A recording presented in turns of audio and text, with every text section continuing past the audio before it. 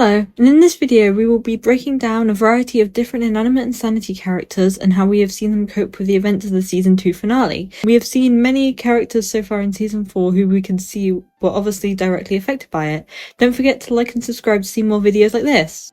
Toilet. I think arguably Toilet is one of the characters we see most affected by the finale so far. Obviously since Steve Cobbs killed Meepad, this is affecting him terribly since Meepad was really the only person to show kindness towards him. To make things worse, he doesn't even have Mephone anymore since he chose to leave everyone. So yeah, this leaves him absolutely alone after the finale with no support system to help him deal with all the emotions that come with grieving. As a result of this is causing him to be very emotional, and as we have seen, he can take out these emotions on others, such as when he went off script in the play and when he attacked Poppy. Fan. We can immediately see in Season 4 that Fan was affected, as he is seen to be truly miserable with the current situation of the society. He was made to love the show, so obviously without it he would feel some emptiness, hence why he decided to pitch the idea for a 4th season to the OSC. By doing this, he created a tangible way to deal with his uneasiness and discomfort about all the changes, even if this idea makes some others uncomfortable. But in his eyes, he is doing something very positive for the society, and is helping others,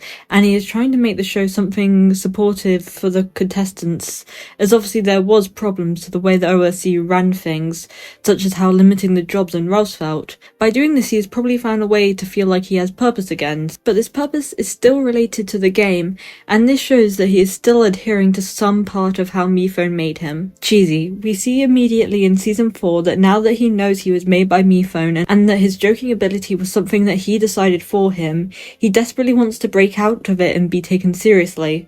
In both the 2nd and 3rd episode, we see that he actually feels uncomfortable making jokes now. However, so far we have seen him struggle with achieving fully breaking out of his code. Taco. In Season 4 we see Taco put an emphasis on wanting to have morals and doing everything right. I think that obviously this is her trying to fix her mistakes in the past, and now she wants people, but especially Microphone, to see her in a good light.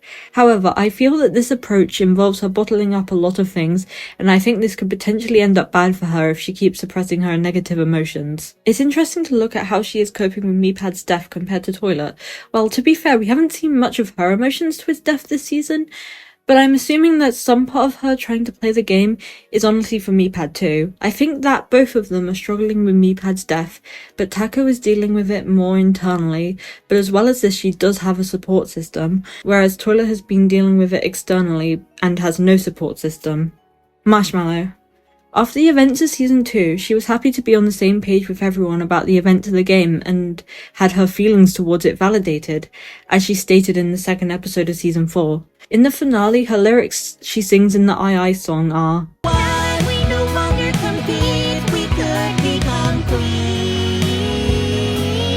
So obviously this means she feels betrayed when Fan brings the game back, with how much it hurt her and others. As a result of this, we have seen her have a lot of conflict with Fan due to this. Before I end this video, I would like to point out some more characters who were affected, but I have a little less to say about them. Starfruit.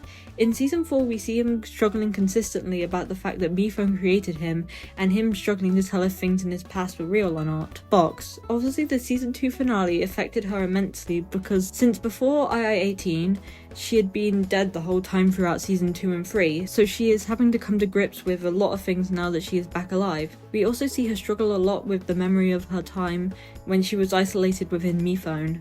Trophy. I want to mention him here since some people said to include him. I totally agree that he was affected by the finale, but I'm so sorry, but my brain isn't allowing me to come up with any good ways to express it here. Tea Kettle. We see in Season 4, currently she is trying to be tough to try and change her game from Season 3, but she still ends up giving advice, like we see with Teddy in Episode 2, even though she does try to deny it afterwards. This could maybe show that despite characters' attempts to change, they are still kind of bound by the vision that Mephone had of them. This can be kind of seen through Cheesy and Fan right now, as well as some other characters. Thank you all for watching, and I'm very interested if any of you have any other ideas of who we've seen affected so far. I'd love to hear it since I've inevitably missed a couple characters.